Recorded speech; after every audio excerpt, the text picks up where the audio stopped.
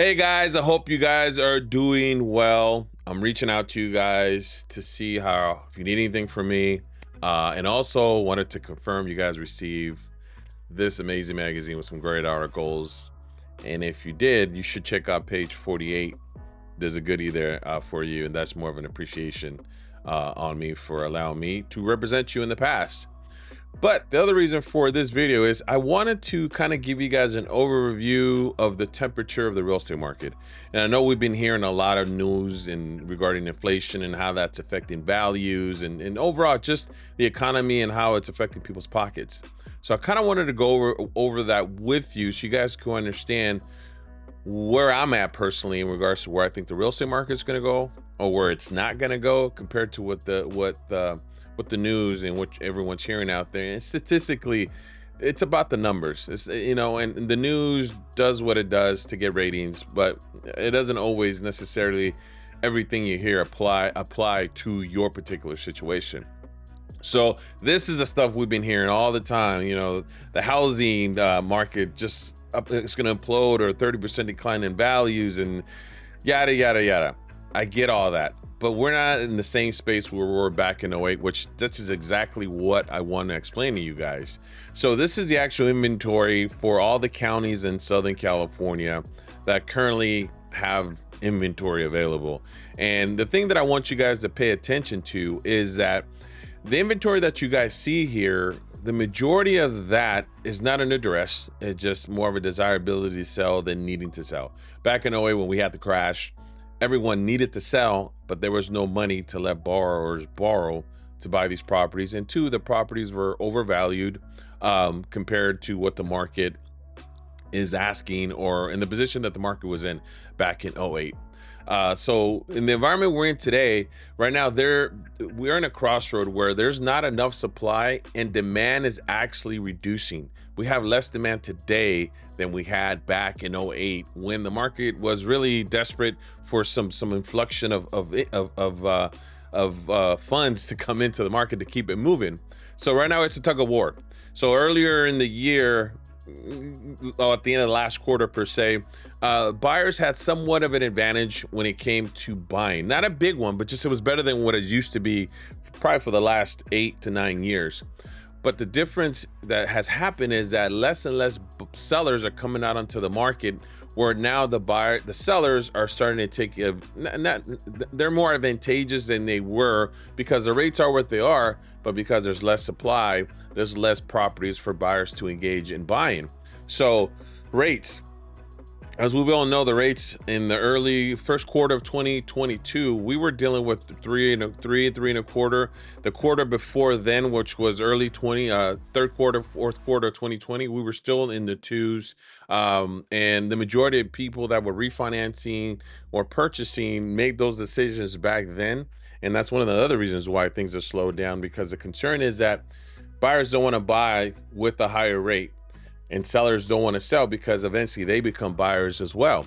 So one of the things I wanted to show you is, so this is a graph from Trending Economics, which is it's more of a Case-Shiller type of data researching company. And what you're looking at here, what I highlighted is, you see the yellow line, the first yellow line above. This is back in 2008, excuse me, when we had the actual crash itself. And based on what you're looking at here, that 4,000 actually means 4 million homes available. Okay, that's how many homes we had available back then. So if you look at the secondary line from 2012 to about 2016, 19 or so, this is the area we were kind of floating around. And if you guys have purchased within that period of time or considered selling, you guys understood that this was an issue in regards to having enough properties to look at to be able to buy. And that was only 2 million homes compared to the demand. So between 2019 and 2022 or 2023, that has continued to trend downward. Now, this is the overall homes available in the United States as of last week. So back in 2019, we had about almost 820,000 homes available. In the last month, we've lost about 8% of that inventory, meaning less than 8% have came back onto the market or came onto the market.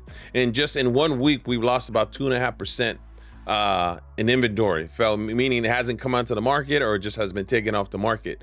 So what I'm getting at to you is, as you well know, the theory of supply and demand. There's not enough supply for the demand, but at the same time, the demand is not what it was because of what the interest rates are today. So this is in the last month, just in Southern California, we lost about 9% in inventory counts compared to what we're accustomed to during this period of the year. Usually at the end of January, inventory increases, but we haven't had that surge that we normally have on a regular traditional basis. Now, here is the current new listings for the month. You guys, I'm pointing out that blue line. This is 2023. And if you look at the orange line, that is 2022, where we're looking at the inventory was much higher at the same period of time. And as you notice, that blue line is actually trending downward. Once again, there's not enough properties on the market for values to drop dramatically outside of rates decreasing demand for a buyer. Now, once again, we're in a position where because of what's happening with the lack of inventory, it's still a tug of war, but sellers are actually have more of an advantage right now because of that reason, because there's less properties for buyers to look at, but at the same time, the demand is being affected once again because of interest rates. Now, this is Southern California active listings year over year. So that blue line, that is 2023 today. And I'm pointing out, and I want you to look at the orange line. That is the entire year of 2022. Usually we should start seeing a pick up at the beginning of the spring. But once again, that at this moment continues to trend downward. And I really don't, be honest with you guys, I really don't see that increasing and matching what happened in 2022 unless we have a change in interest rates. This is year over year in regards to the demand. The demand is not as high as it was in 2022. So previously, the previous graph was the inventory. This is the actual demand. Demand meaning properties that go into escrow, go pending. At this point, we're still below 2022, and I really don't see that increasing over the next few months because of interest rates and the lack of inventory hitting the market for that to actually make a dramatic change. Now, these are days on market for Los Angeles, for Orange County, for Riverside. This is days on market, mean from listing to close, what that is. And as you guys can see, the days on market is pretty reasonable. It is still a seller's market. Once you go over 90 days on the market, and it's considered a buyer's market. But at this point, seller's market, and every single county, especially in Orange County, we're looking at 44 days on market. In Los Angeles, only 2 months. And once again, if we were having an issue with values or concerns with the market dropping, days on market are over time are going to begin to increase as the demand decreases, and that's when values get affected. But in general, that's really what I wanted to go with you guys. If you guys have any questions, please give me a call. Also below, you guys will see a presentation regarding what HUD did with the FHA mortgage insurance premium, which they reduced because of the issue of affordability. And of course, there is a e-copy of the magazine that you guys received. So if you have any questions, call me, text me. I'll be more happy to help. Until next time, hopefully you guys and your family are doing great. Talk to you later. Bye.